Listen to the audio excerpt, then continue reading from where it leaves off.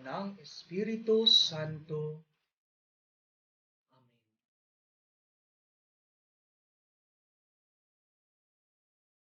Amang mahabagin, tanging bukal ng buhay at pag-asa.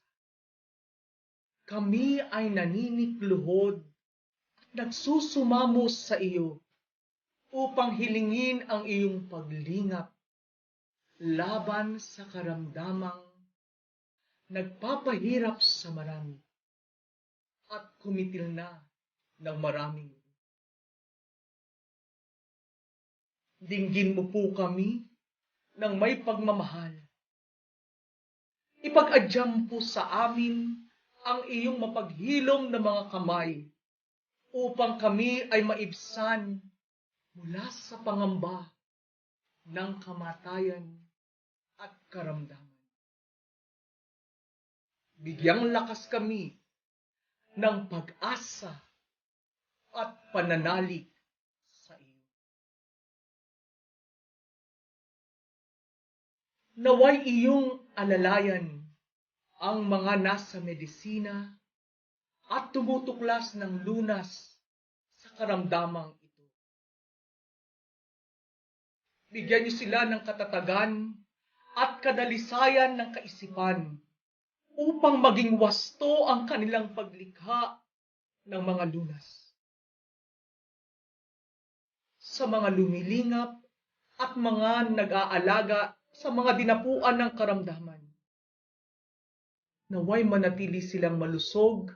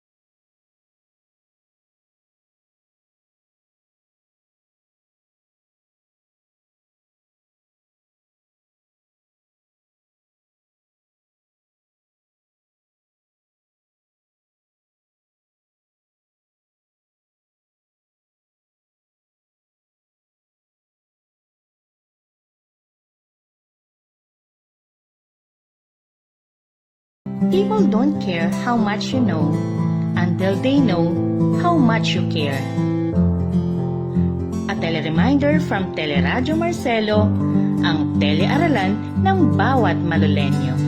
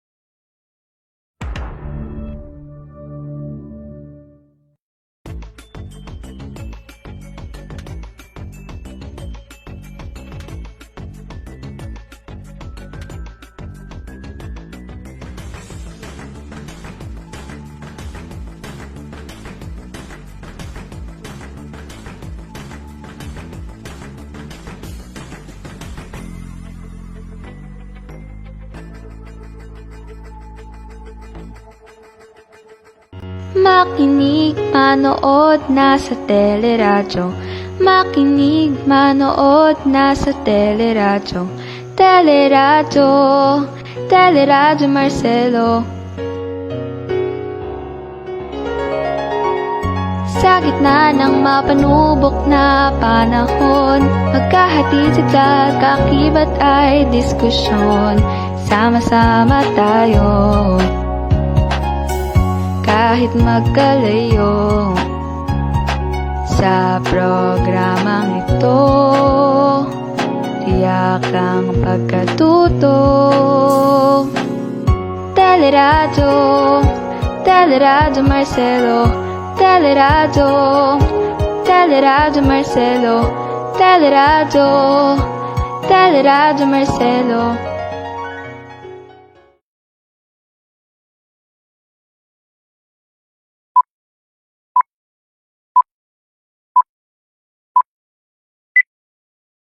Hello, Delpilarians! It's a wonderful day. It's time to learn mathematics. Welcome to Teleradyo Marcelo, ang telearalan ng bawat malulenyo. I'm Miss Jennifer Malyari, your math teacher broadcaster for today. Don't forget to comment your grade and section in the comment panel. Welcome to another lesson in Mathematics 7, Quarter 3, Week 6. Do not forget to write the numbered answer in the comment section to participate in the discussion. Please like, follow, and subscribe our Facebook page and YouTube channel, Teleradyo Marcelo, ang telearalan ng bawat malulenyo.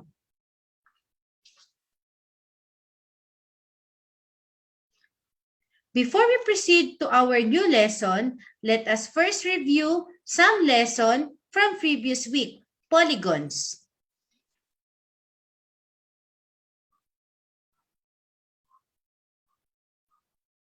Identify whether the following is a convex or concave polygon. Number 1.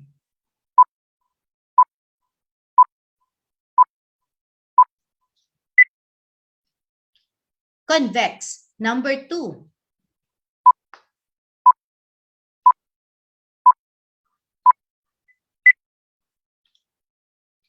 Concave. Number 3.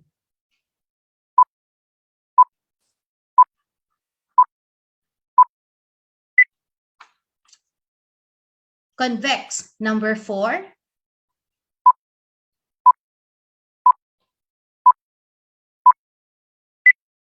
Very good. Concave. And number 5.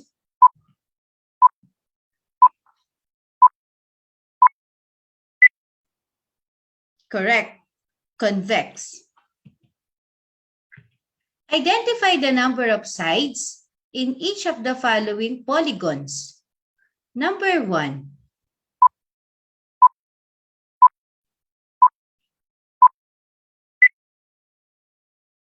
Yes, you are correct. Your answer must be 5. Number 2.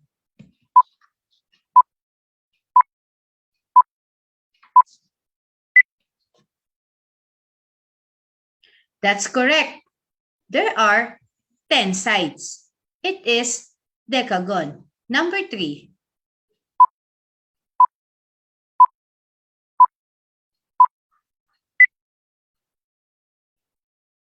You got it right. Heptagon for number 3, 7-sided polygon. Number 4.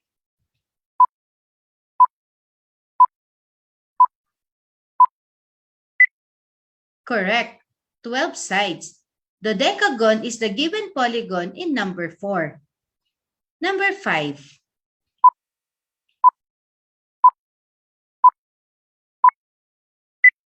Last, it is a triangle with 3 sides. Good job for getting all the correct answers. To formally start our week lesson, let us first identify the most essential learning competency, which is the learner derives inductively the relationship of exterior and interior angles of a convex polygon. The topic for this week is about relationships of exterior and interior angles of a convex polygon. Ready to learn? Let us begin with Lesson 1, Interior Angles. By definition, interior angles is an angle formed by the two adjacent sides of a polygon. Using the given figure, which is a triangle, how many interior angles do a triangle have?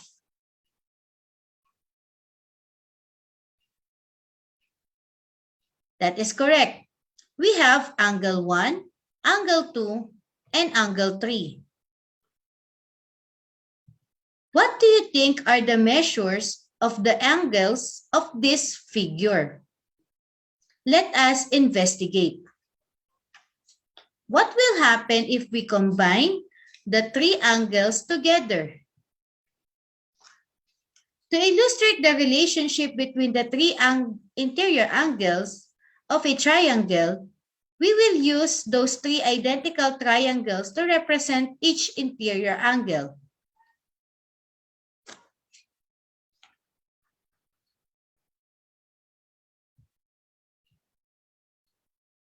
What have you noticed about the figure being formed? The three angles form a straight line. Therefore, the sum of the measures is equal to 180 degrees. The triangle angle sum theorem states that the sum of the interior angles of a triangle is 180 degrees. The sum of the measures of angle 1, 2, and 3 is equal to 180 degrees. Given the vertices of the triangle, measure of angle A plus measure of angle B plus measure of angle C is equal to 180. In a triangle, all vertices are consecutives, so we cannot draw a diagonal. How many sides does a quadrilateral have?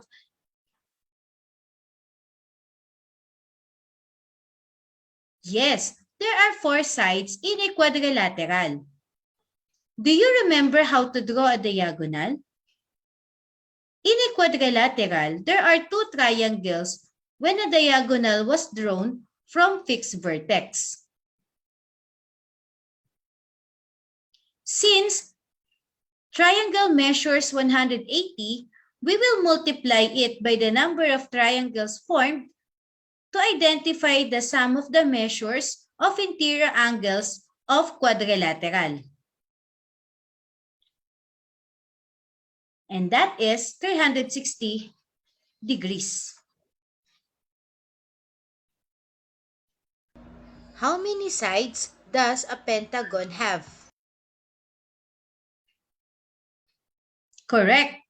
There are 5 sides in a pentagon.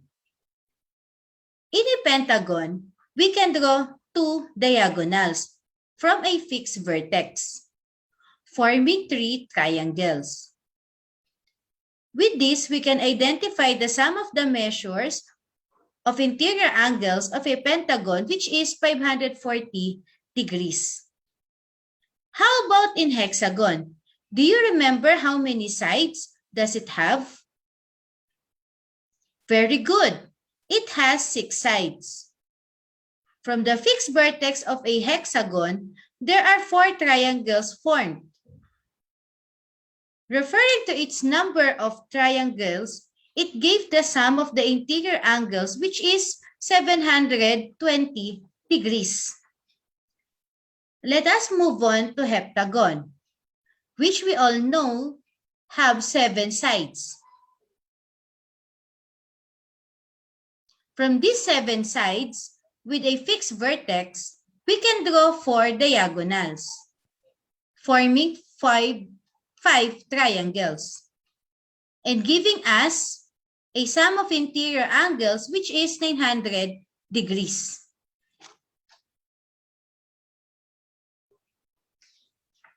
Without completing the table and referring to series of evidence shown, we can conclude that in an n-gon, where n is the number of sides, we can identify the number of diagonals from a fixed vertex by n minus 3 for the number of triangle formed, which is n minus 2, and for the sum of the measures of interior angles with quantity n minus 2 times 180 degrees.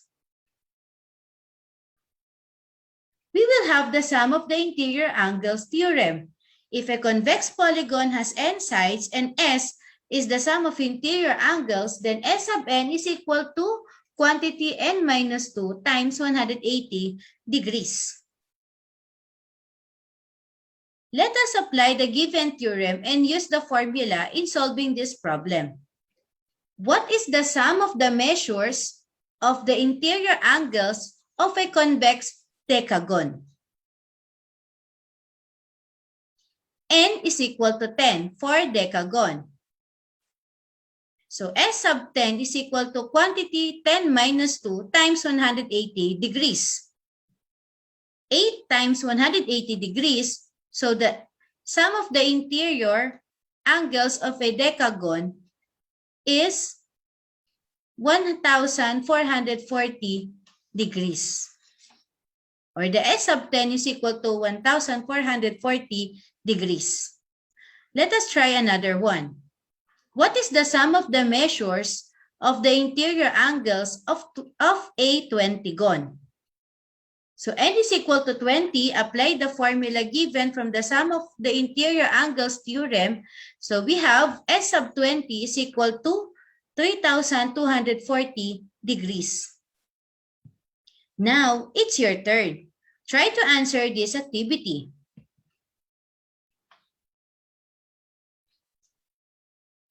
What is the sum of the measures of the interior angles of a convex dodecagon? So n is equal to 12 for dodecagon.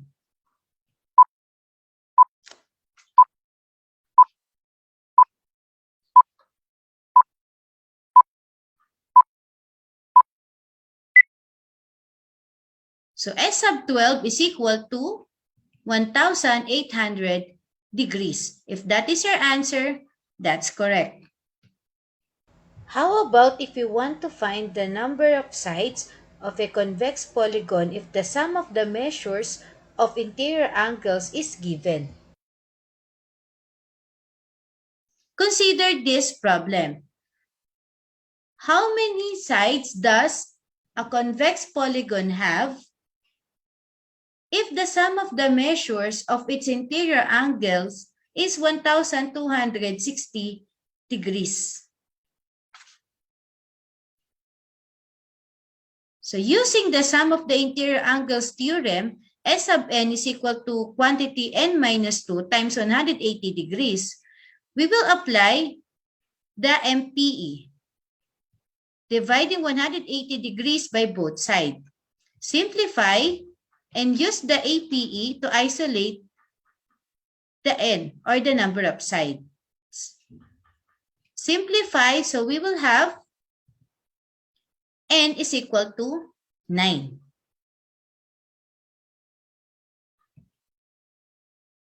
Let us have another example or another activity. How many sides does a convex polygon have if the sum of the measures of its interior angles is 1,800 degrees? Using the same principle that we have earlier, so we have S sub n is equal to quantity n minus 2 times 180 degrees. Replace the S sub n with the given 1,800 degrees and use the MPE to divide both sides by 180 degrees. Simplify and use the APE and symmetric property to find the value of n, which is 12. Let us apply what we have learned. Give me the number.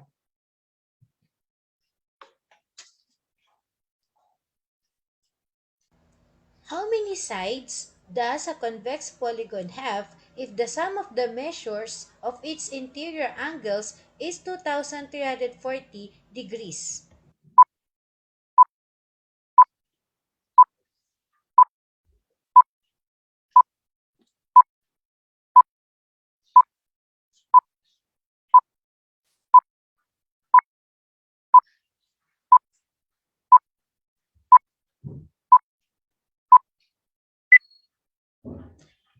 If your answer is n is equal to 15, very good.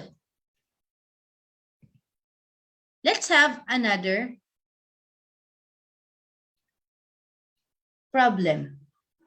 How many sides does a convex polygon have if the sum of the measures of its interior angles is 540 degrees?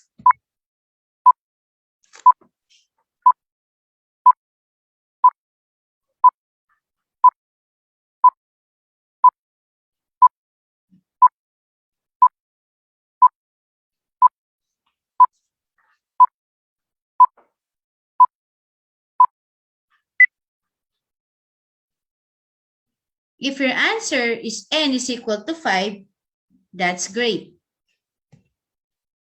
We can also apply the concept in finding the measure of each interior angle of a regular polygon. Divide the sum of the measures of the convex polygon with its number of sides. If angle I is an interior angle, then measure of angle I is equal to quantity n minus 2 times 180 degrees all over n. This corollary is possible for the regular polygon. What is the measure of each interior angle of a regular 16gon? So we have n is equal to 16. Measure of angle I is equal to 16, or quantity 16 minus 2 times 180 degrees. So the measure of the angle of a 16gon is 157.5 degrees. But what if the figure is not a regular polygon? How are we going to find the measure of an angle? What is the measure of angle y in the figure? We will solve first for the sum of the measure of interior angles of the given figure.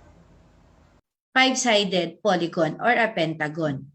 So we have S sub 5 is equal to 540 degrees. After solving for the sum of interior angles of the given figure, which is 540 degrees, we will now add all the values or angles given in the figure. So 540 degrees is equal to 90 degrees plus 103 degrees plus 90 degrees plus 115 degrees and angle y. So we're going to simplify and use the APE. So the measurement of angle y is equal to 142 degrees. Let's see how well you have learned. Let us answer this activity.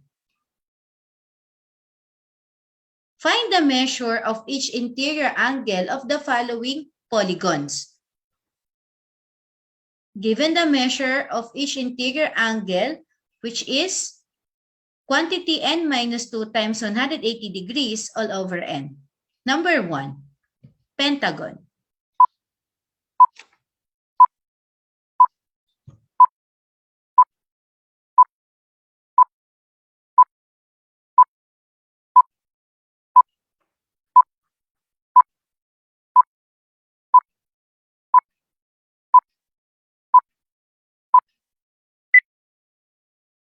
If your answer is 108 degrees, that's correct. Number 2.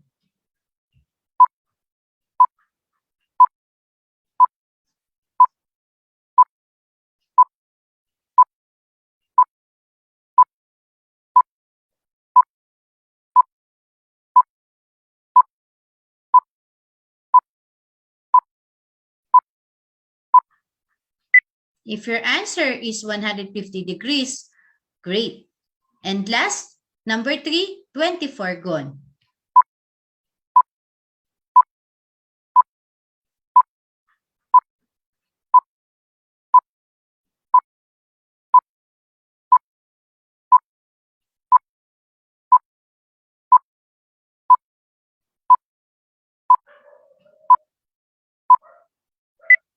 If your answer is 165 degrees, that's great. Now let's have this one. 3 of the angle measures in a convex quadrilateral are given. Find the measure of the fourth angle. For number 1, what is the fourth angle?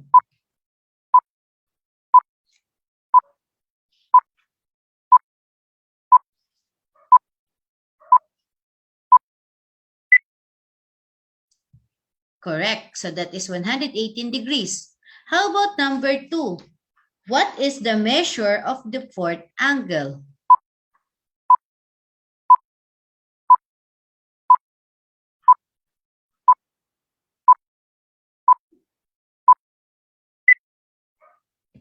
Great. So that is 136 degrees. Remember that the sum of the interior angles theorem states that if a convex polygon has an n sides and S is the number of interior angles, then S sub n is equal to quantity n minus 2 times 180 degrees. Now, let us discuss lesson 2. Do you recall the definition of exterior angles from our last week lesson? By definition, exterior angle is an angle formed by a side and an extension of another side.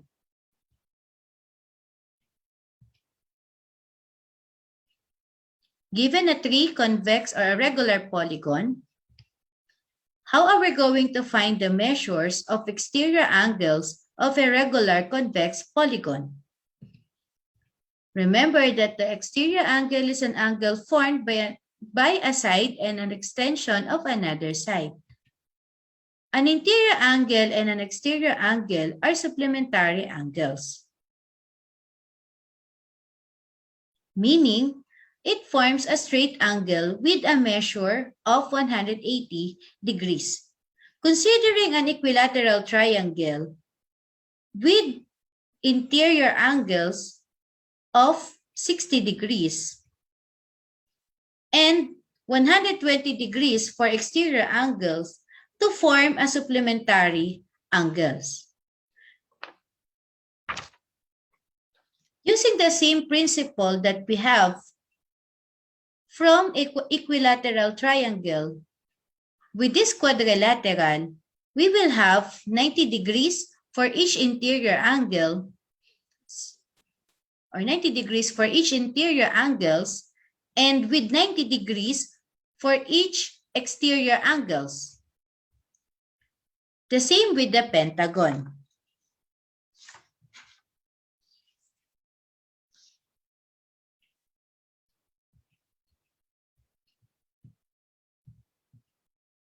When we add up all the exterior angles of each polygon, what have you noticed?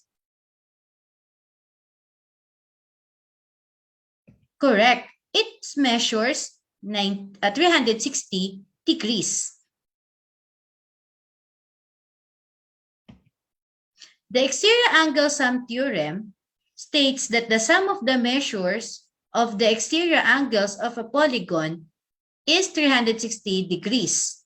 Now, if you will observe, when we divide the 360 degrees by the number of sides of a polygon, we can determine the measure of each exterior angles. So the measure of each exterior angle of a regular polygon with n sides is E sub A is equal to 360 degrees divided by n.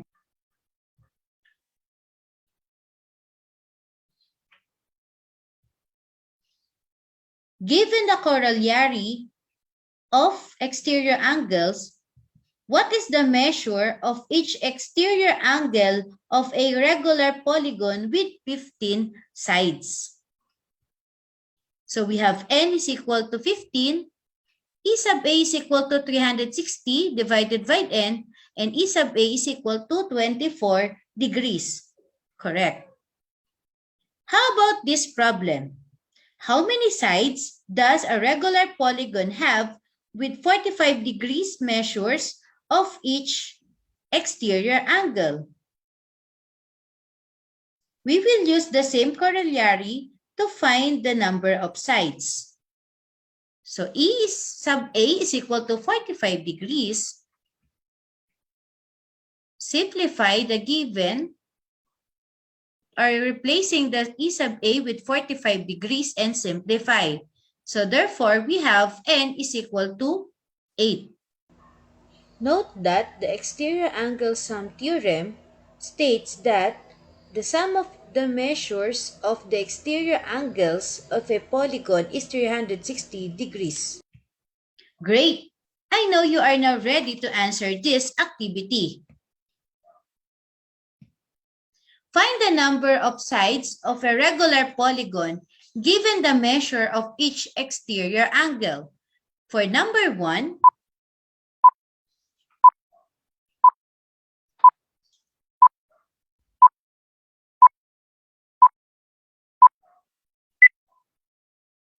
if your answer is 12 sides, that's correct.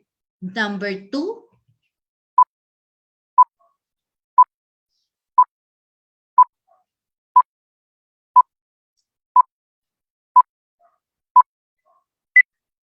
if your answer is 36 sides, very good.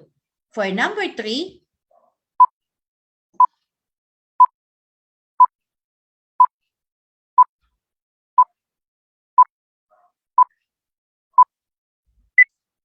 if your answer is 60 sides, that's great. For letter B, find the measure of each exterior angle of the given number of sides of a regular convex polygon. For number 1, 24.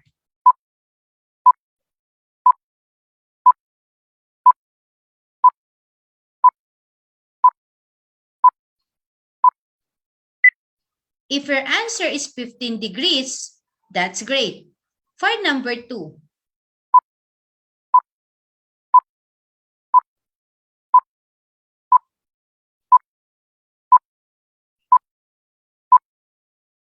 if your answer is 20 degrees, good job.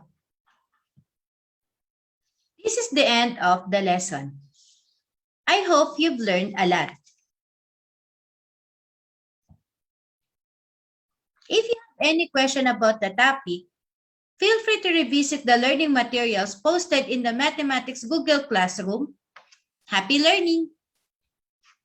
Again, kindly follow and like our Facebook page, subscribe and like our YouTube channel, Teleradyo Marcelo, ang telearalan ng bawat Malolenyo.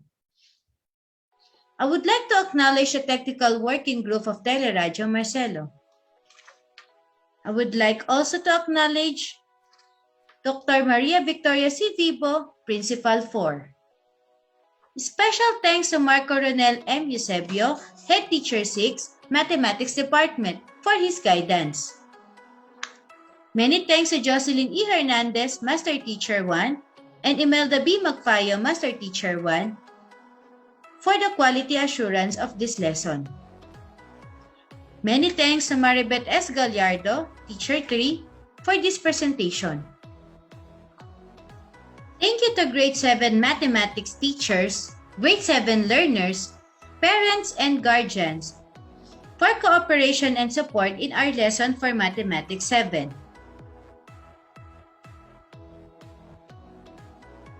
Sending love to all of you. Have a blessed day. Stay safe and healthy. God bless us all. Again, this is Jennifer F. Malyari, Teacher 1, your math teacher broadcaster for today is now signing off.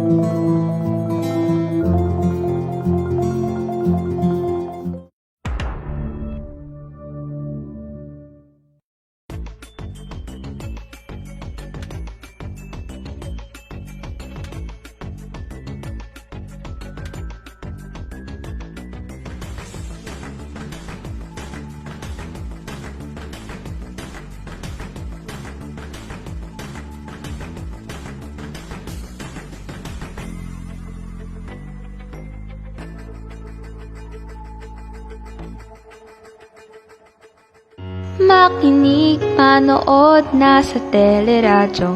Makinig, manood, nasa teleradyo. Teleradyo, Teleradyo Marcelo. Sa gitna ng mapanubok na panahon, magkahatid sa kaakibat ay diskusyon. Sama-sama tayo, kahit magkalayo. Sa programang ito, tiyak ang pagkatuto. Teleradyo, Teleradyo Marcelo. Teleradyo, Teleradyo Marcelo. Teleradyo, Teleradyo Marcelo.